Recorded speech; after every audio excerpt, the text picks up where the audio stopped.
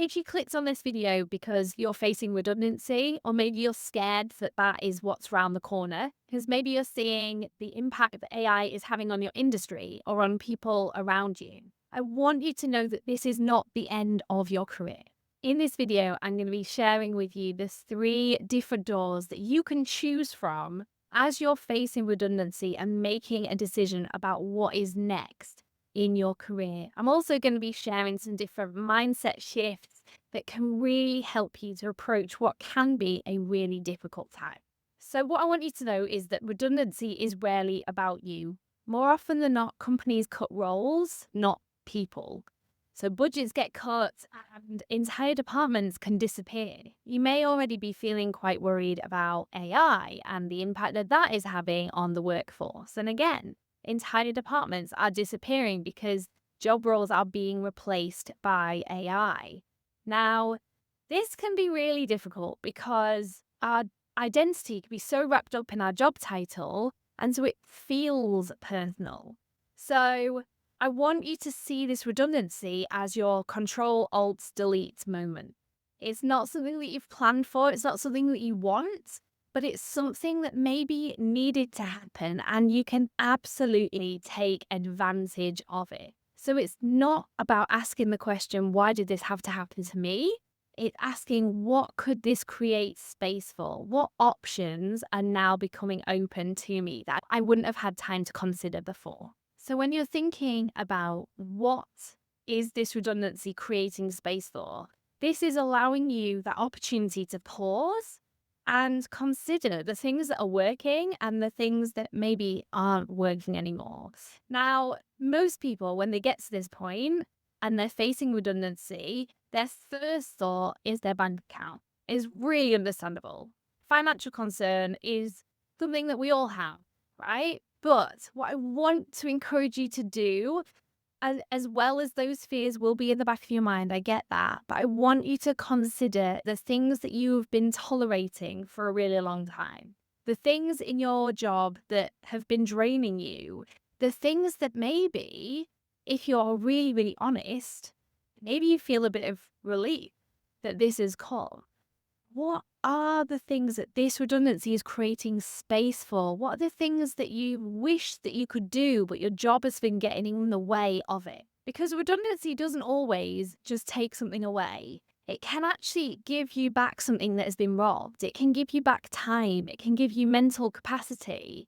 So what I'd really encourage you to do is to take 24, 48 hours, have a lie-in, go for a walk, write everything down. Think about those things that you wish you could do more of. Think about those things that you've been wishing you could do less of. And really take this time to press pause so that you can make some solid decisions about what's next. So once you've started to think about what this new life could look like, you're going to start thinking about what options are available to you. And a common misconception is thinking that you have to do the same job title just in a different company. You don't. You have more options than that. Because I want you to remember that you can repackage your skills however you want to. Think about your job title as like the gift wrap and your skills as the gift, right? A redundancy is your opportunity to take that gift wrap off, get that gift, which is your whole load of skills that you can rewrap it, repackage it however you want. So to give you some examples, if you're listening to this and you're a project manager, you could go into product support, you could go into operation, you could go into event. If you're a HR assistant, you're going to be really great at well-being management. You could be thinking about employee experience. You could be thinking about becoming an onboarding specialist. There are so many options of ways that you can repackage the skills that you have. You are not just defined by your job title. There are so many things that you do in your current role that can be repackaged however you want to. Well, to help you to do this, make a list of the things that you're good at, the things that people ask for your help with. Then once you've got that list, I want you to get really clear on what are the things that you do that you enjoy and what are the things that maybe you're good at but drain you. Because you want to go more towards the things that you're good at and you enjoy. And what you can do as well, you can use AI, whether that's ChatGPT or Gemini or whichever one that you're most familiar with, and type in your top skills, your top strengths. Ask ChatGPT what it suggests that a good way to repackage your skills could be. If you're a retail manager, what's it pushing you towards? If you're a finance analysis, is it suggesting you go into compliance? Is it suggesting that you go into data insight? What are those suggestions? Because honestly, like I've said before, there are so many options available to you, and AI can be a really great resource to help you change that narrative to get you away from just thinking about your current job title. So, with this information that you've got about the life that you want to live and how you want to repackage your skills, you're in a good place to start thinking about a decision of what you want to do next. So, I want you to imagine right now that you are in a hallway, not one that you wanted to go into. You're pushed in there by redundancy, but in front of you, there are 3 doors. And on the first door, it says rebuild. And this option is all about going for a similar job title in a different company. So it's stable, it's familiar, it's not going to feel like a massive leap for you.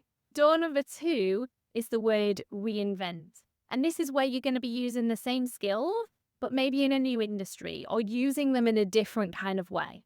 And then on the third door is the word reimagine. So this is where you're potentially thinking, it's time for a full pivot. It's time to rethink how you're using your skills. And maybe you want to think about going freelance or starting a business or having a portfolio career. This is your opportunity to use this redundancy chapter to start something completely new. And now people often go through the wrong door when they're rushing. But if you take that time to pause, you are in a much better position to make a really great decision about what could be next for you from this point. So once you've made your decision, that's brilliant. That is now the start of your next chapter. You've now got a whole series of other decisions to make. Now we're going to start off by just taking one bold, brave step. So depending on which door you've decided to go through, if you've decided to go through door number 1, maybe it's going to be really important for you to update your CV. Now, that can feel really overwhelming. So just start by thinking about one section of your CV this week. If you decide to go through door number 2, maybe you want to be thinking about 3 different industries or 3 different companies that actually look really great and you'd be interested to work for them. Do a bit of research on those companies. Check if they're taking on anybody with your skill sets. Maybe reach out to somebody that you know who works there. And if you went through door number 3, maybe you want to think about booking a call with a coach to really get you thinking about what your skills are, what it is that you want from this next chapter in your career.